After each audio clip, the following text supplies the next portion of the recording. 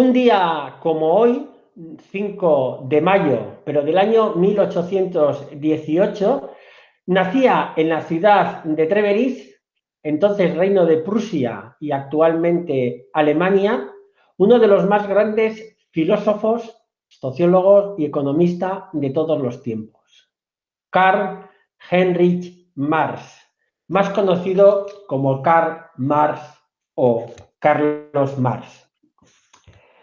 Hola, comuneros y comuneras. Hoy tenemos con nosotros a José Antonio Ejido, politólogo, antropólogo y doctor en sociología por la Universidad Francesa de Provenza.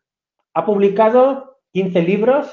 El primero, La renuncia del PSOE, en el año 1988, y el último, Fulgor y muerte del Baas iraquí, en 2017. Y vamos con él a repasar el legado de Marx y la importancia y vigencia del pensamiento marxista en pleno siglo XXI.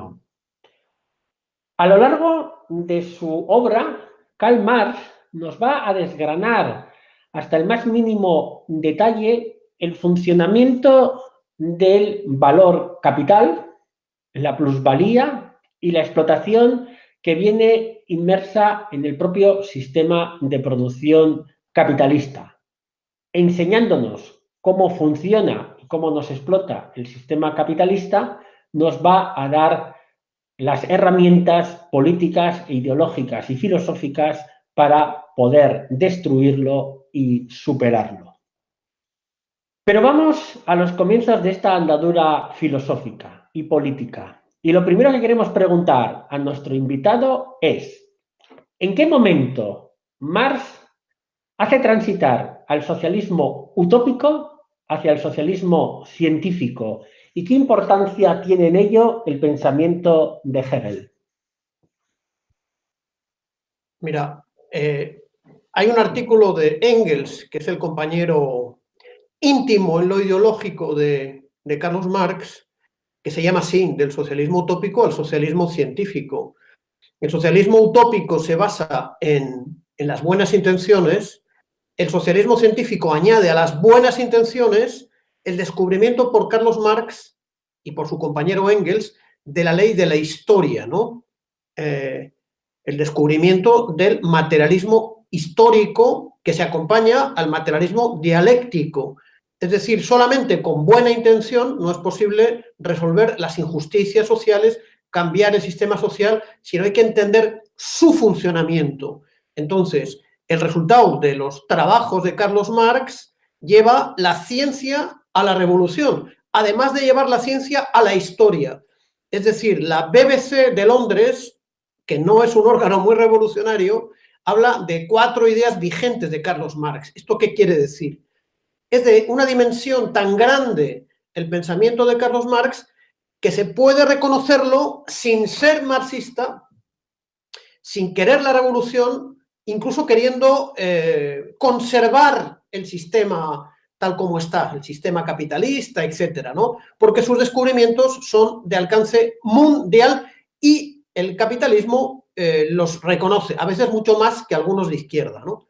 Entonces, te diré, el descubrimiento de la ley de la historia es lo que convierte al socialismo de utópico en científico y lo convierte en una ciencia, en una base, digamos, teórica para desarrollar diversos estudios científicos en diversos ámbitos de las ciencias sociales.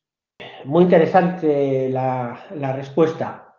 Marx se traslada a Londres en mayo de 1849 y desde la nueva sede de la Liga de los Comunistas se dedica principalmente a 2 tareas: la organización revolucionaria y a entender la economía política y el capitalismo.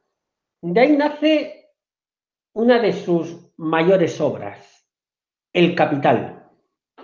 ¿Qué destacarías, profesor Ejido, qué destacarías como los aportes más importantes de la obra El Capital a la teoría revolucionaria y a la economía política? Digamos, El Capital es la obra de madurez de Carlos Marx, primero, Carlos Marx ha avanzado en el pensamiento filosófico, ¿no? Ha trabajado la dialéctica y se centra en los estudios de la economía política. Además, la gran preocupación de Carlos Marx es, digamos, desentrañar la lógica del capitalismo, pero eso no es lo único, porque Carlos Marx descubre que para llegar al capitalismo la humanidad ha tenido que transitar por diversos modos de producción o formaciones económicas y sociales. Entonces, digamos que el capital condensa la visión de la sociedad y de la historia y de la economía que Marx y Engels han ido trabajando a lo largo de su vida. Hay muchas cosas importantes en la economía política. Una de las cosas es el capítulo de la acumulación originaria. Él descubre que la riqueza que ha permitido que un grupo pequeño de países en Europa Occidental den el gran salto para la revolución industrial se ha acumulado a través de sucesivas guerras coloniales, guerras de invasión, y no ha venido más que por un proceso de expropiación, primero de los campesinos, habla de los campesinos escoceses, que tienen problemas con una propietaria que se llama Sutherland, pero luego eso lo extiende a nivel mundial, la acumulación originaria. Y hay una crítica feroz y desalmada que hace Carlos Marx al fenómeno como la esclavitud de masas, en función de la cual el capitalismo occidental, llevando centenares de miles o millones de esclavos y esclavas del África negra a sus plantaciones en las colonias americanas, generó la acumulación suficiente para dar el salto tecnológico que llevó en Francia, en Alemania, en Inglaterra, a la revolución industrial. Y a partir de esa revolución industrial hay una diferencia que hoy es cada vez mayor entre la riqueza de unos pocos estados y la pobreza que tiene la gran mayoría de los continentes y de los países del mundo. Pero esa no es la única conquista. La cuestión de la plusvalía, la ley del valor, el capital es una obra de obligado estudio en economía política, ¿no? Has hablado de dos términos filosóficos muy importantes para cualquier marxista, el materialismo dialéctico y el materialismo histórico. Como vivimos en los tiempos de la posmodernidad, en los cuales de estas cosas ya no se hablan y ahora son parece como terminología muy antigua, ¿nos podrías hacer una breve introducción a lo que es el materialismo dialéctico y el materialismo histórico para aquellas personas que han oído estos términos pero no lo tienen muy claro? Sí, fíjate que incluso las masas universitarias se quedan en las estupideces del posmodernismo, ¿no? El posmodernismo dice la ciencia social no existe, la razón prácticamente no existe, es imposible entender la sociedad y hay que seguir haciendo cositas. Bueno, eso es lo que dicen los sabios de la posmodernidad. Pero en realidad los capitalistas sí que estudian desde el punto de vista de la dialéctica y a veces desde el punto de vista del materialismo histórico. Porque, por ejemplo, Carlos Marx, esto lo dice la BBC en el día de hoy, y Engels descubrieron la ley que hace inevitables las crisis cíclicas del capitalismo, que son las basadas en la sobreproducción. Aquí se llamó la crisis del ladrillo, la burbuja inmobiliaria, ¿sí? Y en aquel momento, en 2008, en Alemania, que es un país un poco más culto que este, empezaron a leer bastante a Carlos Marx. O sea que, por más intentos que buscan y cada 10 años, el capitalismo viene a condenar a muerte por obsoleta la teoría de Marx. Luego, al final de los 10 años, vuelve a renacer porque los descubrimientos que hace son incapaces de desmontar, por así decir. ¿Qué es la dialéctica? La dialéctica y el materialismo dialéctico es el pensamiento más científico, más profundo, más real de la historia, de la vida, que es un poco la continuación y la síntesis de la vieja dialéctica de la antigüedad, junto con una visión materialista. La primera ley de la dialéctica es la negación de la negación. Es decir, todo es de una manera, pero todo es de la manera contraria. Y esto, según los posmodernos y los mecánicos y los mecanicistas, es imposible ser una cosa y la contraria, ¿no? Según la dialéctica, el mundo vive en función de la contradicción. Y esto los antiguos, incluso los antiguos del imperio persa sasánida y los antiguos confucianos lo entendían bien, pero el capitalismo tiene una cosa que dice Lukács. El capitalismo utilizó la razón para luchar contra el feudalismo, pero en su fase imperialista se produce el asalto a la razón, que es el título de la principal obra de Lukács, ¿no? Por tanto, la expresión de ese asalto a la razón, de la negación de la dialéctica, no es otra más que el posmodernismo, ¿no? Luego, viendo esta evolución, esta manera de pensar aplicada en la economía y en la historia, es, como te he dicho, la ley de la historia, que es el materialismo histórico. ¿Qué es el materialismo histórico? ¿Cómo ha avanzado la historia de la humanidad?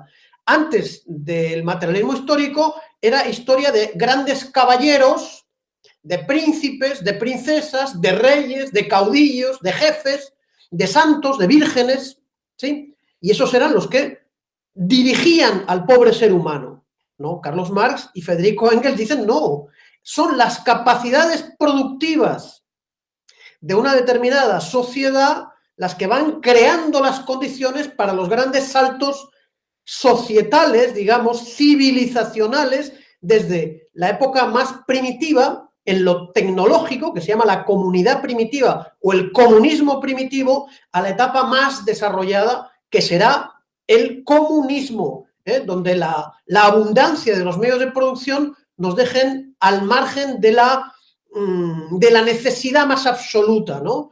Y la humanidad pasará de la etapa primitiva, de la etapa de la prehistoria a la etapa de la historia. Pero eso se hace por etapas sucesivas, que de una manera así general, para estudiar, como un método de estudio, no visto de una manera dogmática, la comunidad primitiva daba lugar al esclavismo como modo de producción. El esclavismo daba lugar al feudalismo, el feudalismo al capitalismo, el capitalismo al socialismo y el socialismo al comunismo.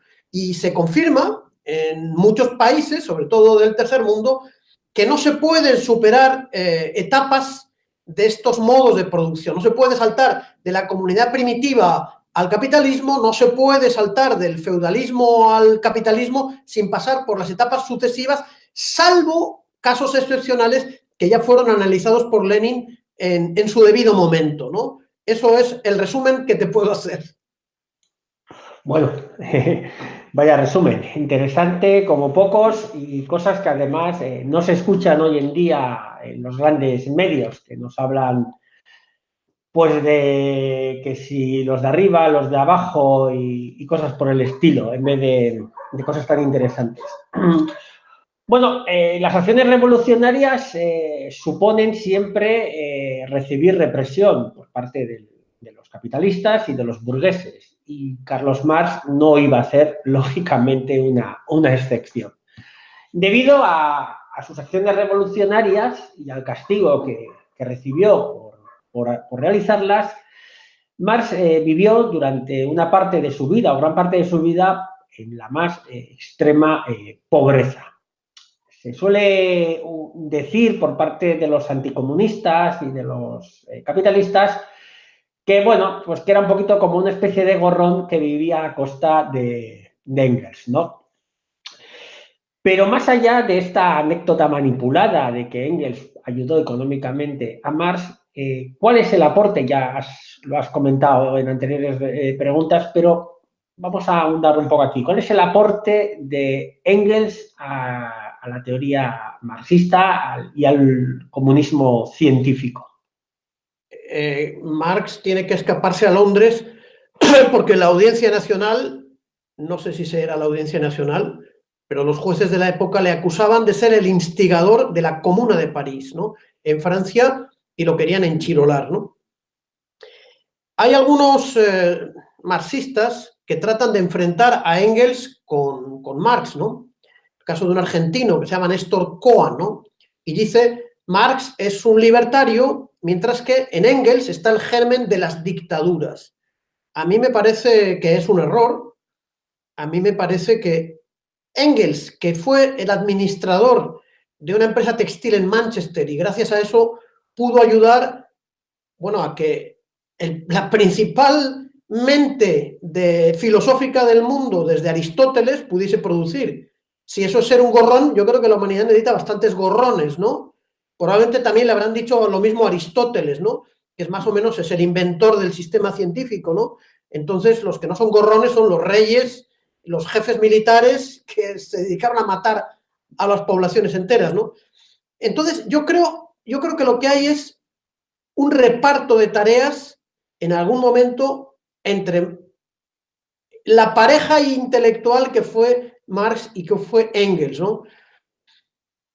Las obras de Marx se entienden por el trabajo de Engels. Por ejemplo, en 1948 se publica el Manifiesto Comunista, pero el Manifiesto Comunista no se podría haber publicado sin la obra de Engels de 1846 que se llama Los principios del comunismo. Entonces Marx le dice a Engels, mira, quiero que firmemos los dos el Manifiesto Comunista, y creo que Engels dice, no es necesario, pero realmente ahí había un aprovechamiento mutuo de los estudios que iban haciendo el uno y el otro. Pero en un momento hay una especialización de Marx en la economía política y hay una especialización de Engels en cuestiones antropológicas de la mayor importancia, porque la obra de Engels sobre el origen de la propiedad privada, la familia y el Estado, que es del siglo XIX, ha sido mucho más interesante que lo que han hecho los antropólogos académicos burgueses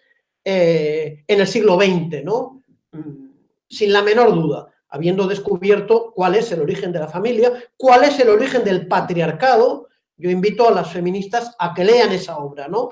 Pero hay una cierta compartimentación o división de tareas, mejor dicho, de una tarea, de una obra intelectual que sin duda tiene dos gigantes, Carlos Marx y Federico Engels, no hay la menor duda.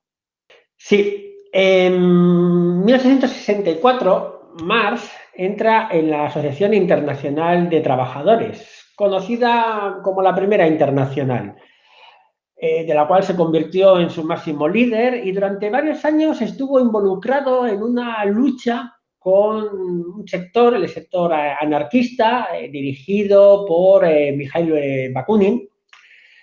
¿Cuáles eran las diferencias fundamentales entre la corriente de Marx y la corriente de Bakunin? Yo creo que la internacional obrera, la primera y la segunda, probablemente la tercera también, fueron el escenario de luchas filosóficas y políticas que no la debilitaron, sino que la fueron perfeccionando, ¿no? Una gran polémica, efectivamente, es contra los teóricos del anarquismo, Kropotkin y Bakunin, que lo que plantean es que no hay que intervenir en la política, la justicia social se realiza únicamente en el ámbito económico y en el ámbito sindical. Por supuesto que Carlos Marx y Engels derrotaron a Bakunin. El planteamiento de Marx era más práctico, era más correcto, estaba más adecuado a la realidad. Gracias a él vienen los partidos obreros. A mí eso no tiene ninguna duda, ¿no? Lo que tiene alguna duda es que todavía haya algunos lugares donde se siga manteniendo la vigencia del planteamiento anarcosindicalista, ¿no? Que es realmente algo que pertenece al museo intelectual de la historia. Luego, en la Internacional Socialista hubo otros debates sobre el reformismo en relación, ya los lleva Engels, porque Marx ha muerto, pero es la gran lucha con Eduardo Bernstein, que lo que dice es, no hace falta ningún objetivo, hace falta simplemente el movimiento. También el bernsteinismo fue derrotado y fue depurándose y llegando a la tercera internacional. Bueno, eso es lo que te puedo decir. Muy interesante, sí, señor. Durante la Primera Internacional se produce en el año 1871, ya lo has apuntado también antes, la Comuna de París, que por cierto es el que da nombre a este medio de periodismo partidario. ¿Cómo se desarrolló la Comuna de París y qué aportó, qué experiencias aportó al movimiento obrero? Muy interesante. Y esto, Marx fue capaz de observar en vida el primer estado obrero, ¿no? La primera experiencia que luego, a partir de 1917, se iba a convertir en estados obreros, campesinos, revolucionarios, que iban a durar bastante en el tiempo, ¿no? Y que iban a acelerar la entrada del mundo en la etapa del socialismo, etapa que, por cierto, no ha terminado, aunque haya caído la experiencia de la Unión Soviética y del socialismo europeo, ¿no? Entonces, Marx observa los errores y los aciertos, él analiza en su obra Las guerras civiles en Francia, el 18 Brumario, las grandes luchas de una clase obrera que iba emergiendo en la historia como un sujeto político por primera vez. Eso tiene que ver con que en Francia se había adelantado la revolución industrial, por un lado, se habían creado fábricas y por el otro lado, la burguesía había hecho una revolución muy radical, la revolución de 1789 contra el feudalismo. Entonces, esa clase obrera que está llamada a tomar el poder en los países donde existe clase obrera, porque hay una gran cantidad de países, más en el siglo XIX, pero hoy todavía, donde la clase obrera no tiene un desarrollo numérico, ¿no? Porque la industria es muy débil. Fíjate todo el continente africano y subsahariano, ¿no? Y entonces lo que es muy interesante es cómo analiza eso, los fallos, los errores, los aciertos de la primera experiencia de poder obrero que no duró mucho tiempo y que fue arrasada mediante la violencia más extrema y más cruel por la burguesía francesa, la burguesía de Versalles, que terminó por fusilar a miles de communards, de comuneros, en el cementerio de París y luego exiliar otros muchos a las colonias en el Océano Pacífico y en el Caribe, ¿no? Es un poco lo que te puedo decir. Es la única experiencia obrera de poder que vio Marx. Luego te voy a decir otra cosa. Marx no concibe, esta es una obra que se llama Crítica del programa de Gotha, por ejemplo, de edición cubana. Es la única manera, el único texto en el que Carlos Marx prefigura en líneas muy generales el socialismo por venir. Marx no vivió el socialismo realmente existente, y su preocupación era desenmascarar y desmantelar la lógica del sistema capitalista, ¿no?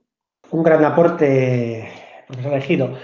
Hay una cosa que también quería preguntar, porque se suele decir también a veces desde ámbitos academicistas, ¿no? La contradicción o las diferencias que pudo haber entre el Marx joven y el Marx adulto, ¿no? Así rápidamente, ¿qué diferencias hay entre ambos?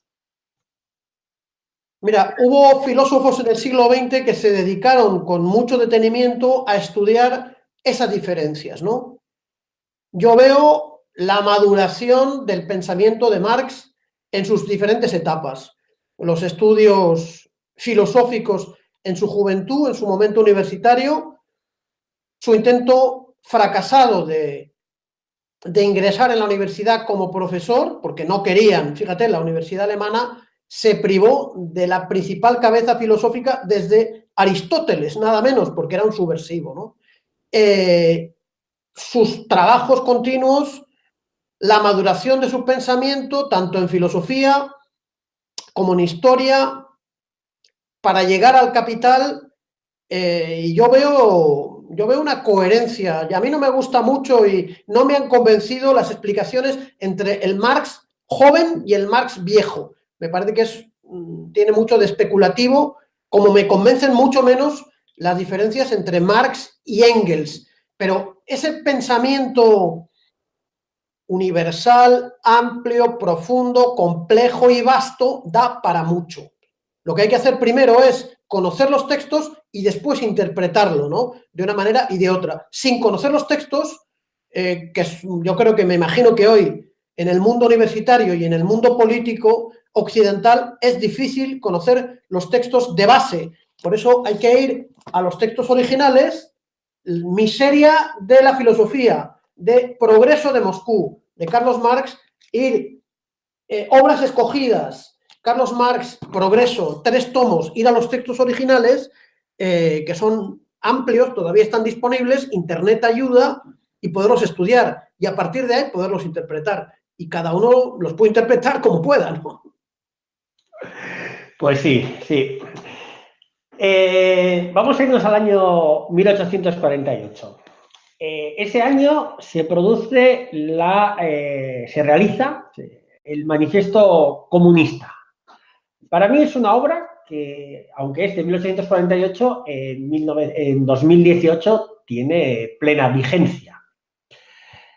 ¿Cuál es la importancia de esa obra? ¿Cuál es el aporte fundamental del Manifiesto Comunista al movimiento revolucionario, al movimiento obrero? Es verdad que cuando uno lee esa obra, escrita hace tanto tiempo, uno observa la vigencia que tiene, ¿no? Por eso Carlos Marx entra en una categoría particular de autores clásicos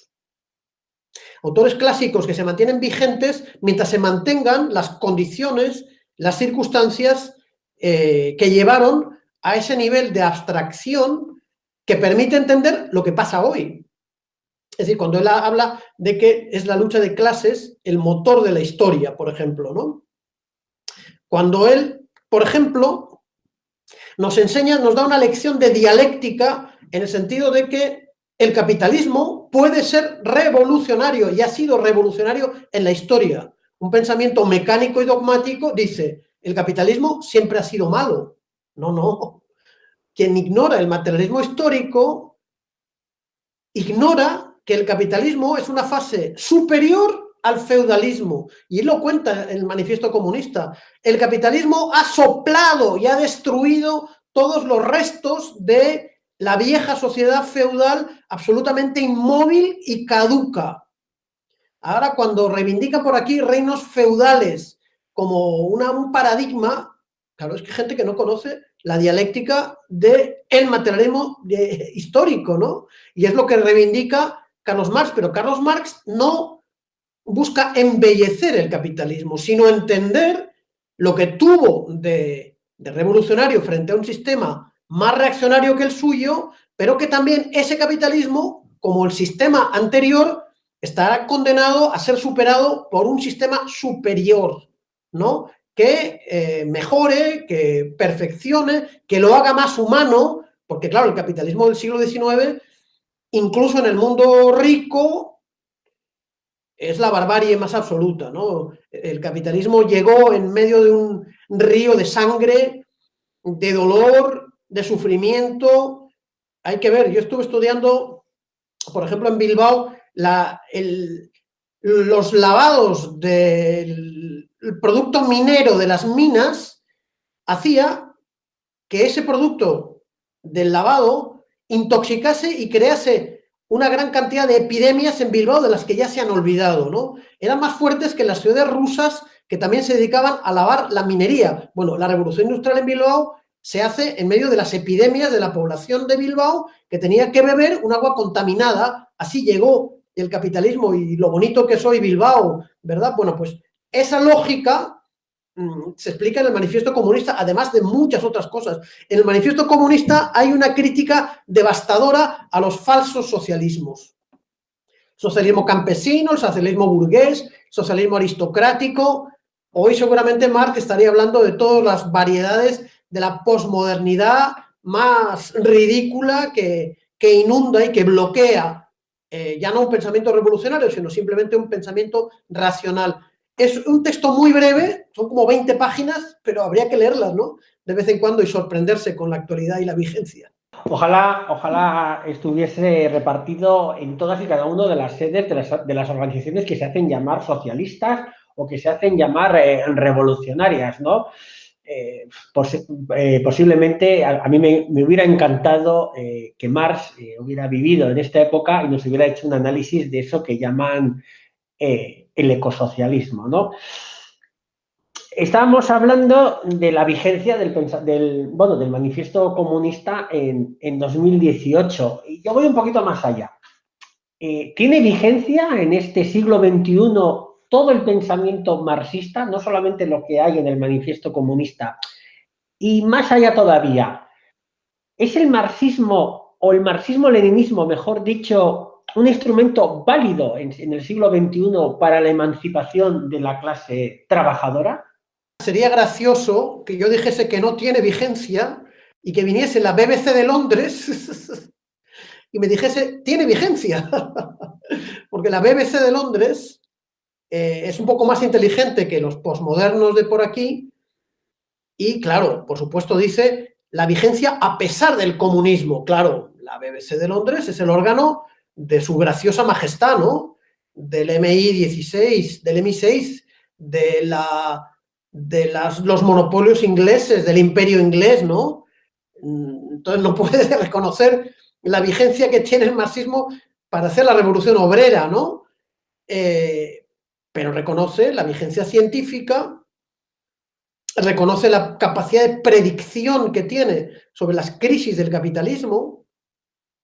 Entonces, ya el capitalismo, como cree que no tiene enemigo ideológico, sobre todo en el mundo occidental, ya no necesita combatir tanto el marxismo, ¿no? Y le reconoce como dice Lenin, su inmensa capacidad probatoria, así le llama, su capacidad probatoria. Entonces, bueno, es impepinable. Ahora, también hay una característica, ¿no?, del marxismo y del pensamiento de Marx. Ellos fueron capaces de llegar a una síntesis con respecto a lo mejor que había producido el pensamiento humano hasta su época. No pensemos que Marx no estudiaron ni a Kant ni a Hegel. Yo no sé si llegaron a estudiar a Spinoza, a los pensadores burgueses y revolucionarios, antifeudales, racionales, racionalistas, hasta su época. Por lo tanto, nosotros tendríamos que hacer lo mismo, no pensar que el conocimiento se queda exclusivamente en el marxismo y que también la burguesía académica, el mundo universitario, los sabios de índole filosófica distinta aportan cosas al pensamiento humano que pueden ayudar a enriquecer el pensamiento, digamos, revolucionario más elevado. Pero que en ese pensamiento el marxismo tiene un lugar de honor, no, es una verdad que no se la salta un torero. En relación a la clase trabajadora, bueno, pues es evidente que hay elementos absolutamente fundamentales en la comprensión respecto a la economía política, respecto a la politología, respecto a la filosofía, para su emancipación. Y respecto a los pueblos oprimidos, exactamente lo mismo. Cuando se construye una economía sin considerar que Marx, digamos, elevó el rango de las leyes de la economía, que eran leyes, el principio de las leyes no lo había descubierto Marx, lo había descubierto la economía política inglesa burguesa, Adam Smith y compañía. Ahora los postmodernos dicen, no hay leyes. No, Marx dijo, sí hay leyes. Lo que pasa es que no son exactamente las leyes de los economistas burgueses que estaban al servicio del comercio privado inglés. Pero la idea de las leyes en economía funciona. No se puede uno saltar las leyes, como no se puede saltar los modos de producción. ¿Quién se los salta? Bueno, pues está conduciendo a errores y a fracasos. Fracasos que los pueblos deben de superar, a veces con un gran sufrimiento, ¿no? Estoy pensando ahora mismo en Venezuela, por ejemplo, ¿no? Pero estoy pensando en China, donde en China sí se ha aplicado el marxismo de una manera creativa y China va camino de ser la primera potencia comercial del mundo, para desesperación del imperialismo norteamericano. Es verdad que el tema chino, que será cuestión de otro programa, porque analizarlo es muy interesante, es un ejemplo actual de que bien implantado el marxismo se pueden conseguir metas muy importantes. Bueno, la propia Unión Soviética, ¿no? Que parece como que ahora hablar de la Unión Soviética es como hablar de un país de pobres, de subdesarrollado, y estamos hablando que durante la existencia de la Unión Soviética fue la segunda superpotencia, bueno, su segunda, en muchos casos fue la primera superpotencia. La utilización del comunismo científico en el desarrollo de la Unión Soviética, pues nos trae las tasas de crecimiento que tuvo durante los años 20, 30 y 40 y 50 con la implementación de los planes quinquenales.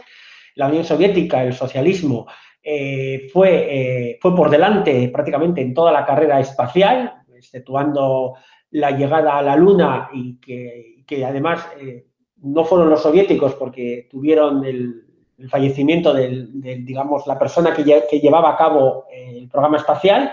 Eso hizo que se paralizasen y que en este caso los estadounidenses les adelantasen, pero toda la carrera espacial fue liderada por los soviéticos antes de la llegada de la Luna y posterior a la llegada de la Luna, porque la Estación Espacial Mir o otras cosas, pues así lo demuestran, ¿no?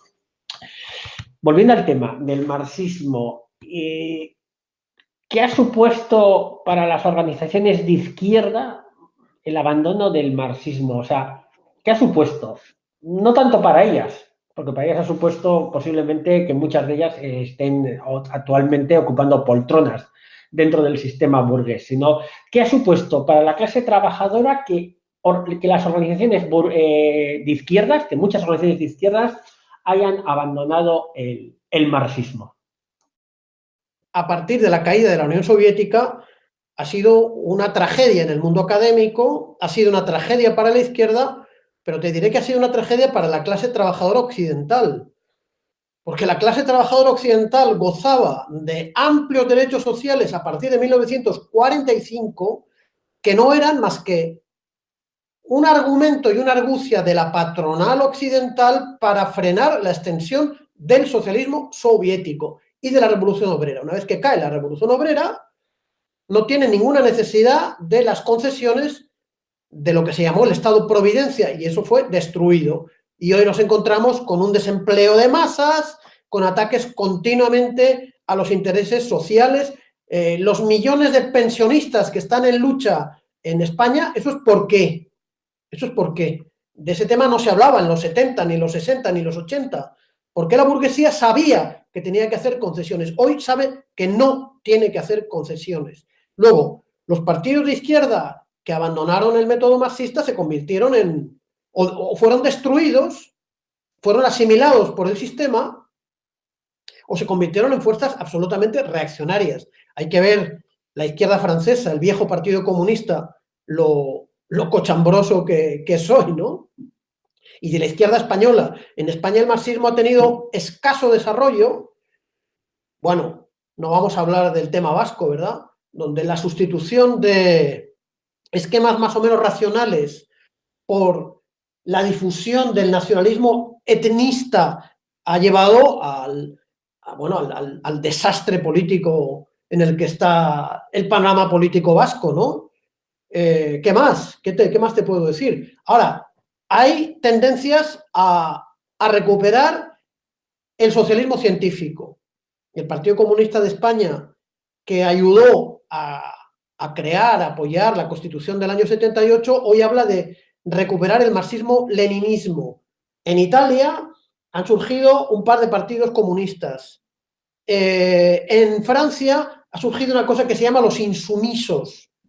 Bueno, el Partido Comunista Portugués se mantiene como una fuerza casi hegemónica, aunque no lo sea en votos, sí en ideas en Portugal. Y hoy Portugal tiene el gobierno capitalista menos reaccionario y más social de toda la Europa occidental. ¿Será porque su Partido Comunista es fuerte, no?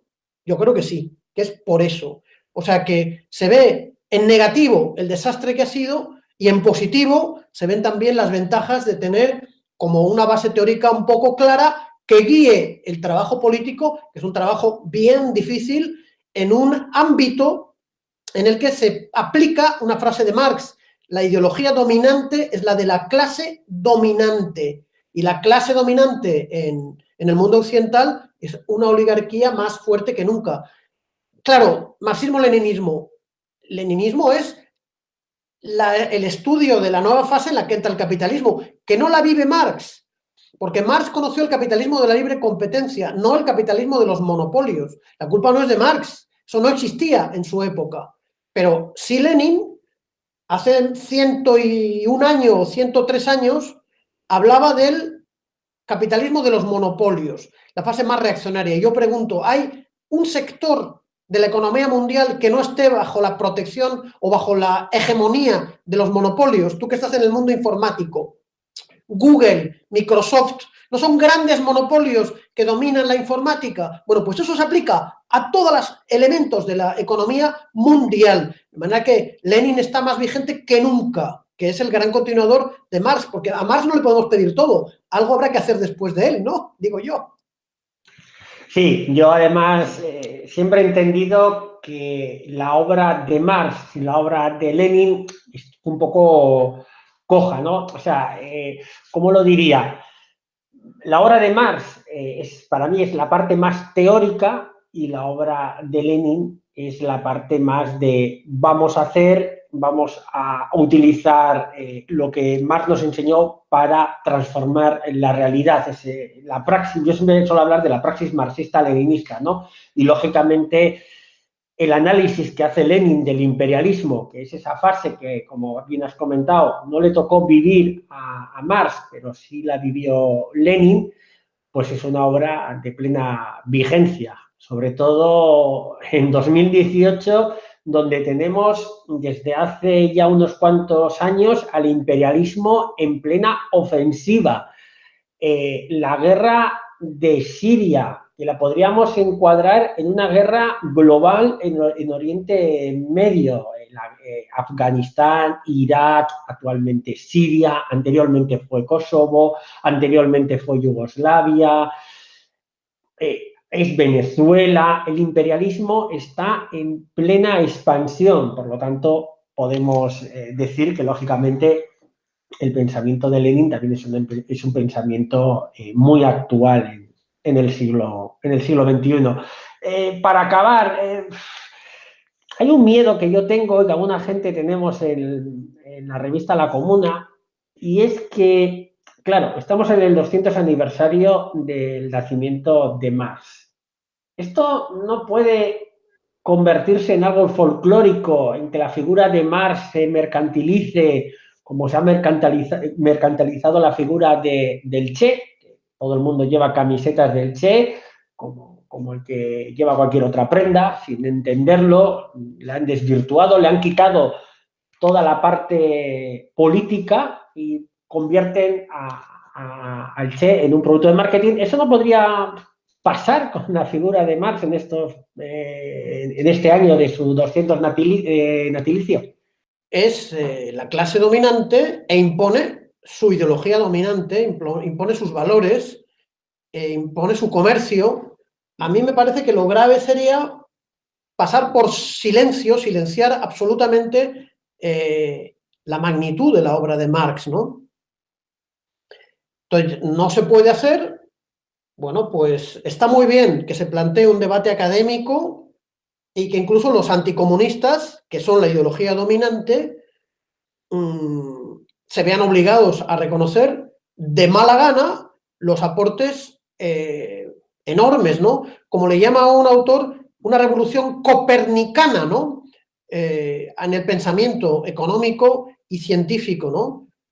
Si además quieren hacer comercio con la cara de Marx, pues está bien, porque alguien llegará a pensar, aunque no sean muchos, que Marx no solamente era, digamos, un reclamo publicitario para una peluquería o para una barbería, porque había que cortarle la barba, sino que también hizo libros. Y a lo mejor alguno llega a algún libro, ¿no? Y a lo mejor algún editor, quién sabe, ¿no? Se dedica a publicar algún libro pensando que va a ganar dinero, ¿no? Todo eso estará bien porque se volverán a circular las ideas de Marx, pero hay que recordar que en China hay ahora mismo un congreso mundial sobre el marxismo y que China es el nuevo mundo, ¿sabes? El mundo emergente, el mundo multipolar, tiene varias patas. Una de las patas se fundamenta espiritual, ideológica y científicamente en la reivindicación de Carlos Marx. A mí me parece eso bastante significativo. Eso es lo que está pasando ahora en la República Popular de China. Hay que ver el discurso que ha hecho ayer Xi Jinping, que es el presidente de la República Popular de China, un pequeño país que solo tiene 1.000 millones más 400 millones de habitantes. Tiene tantos ceros que yo me pierdo, ¿no? Sí, sí, sí, sí, es verdad. Cuando estabas comentando lo de China,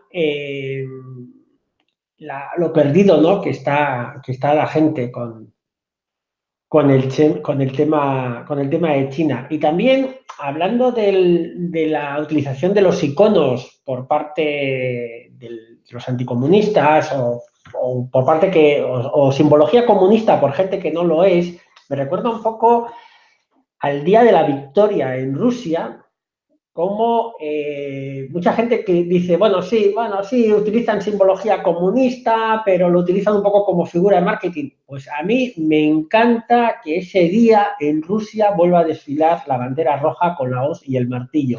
Me encanta que ese día se vuelva a utilizar simbología soviética. Y me encantó como cuando en el año, creo que fue en el 2005, los autobuses de Moscú llevaban la figura de Stalin rotulada. Así que, bueno, lo vamos a dejar aquí. Así que un saludo a todos los comuneros y comuneras y al profesor Ejido, muchas gracias por habernos concedido esta entrevista y este gran análisis sobre la vida y obra de Karl Marx. Vale. Hasta luego.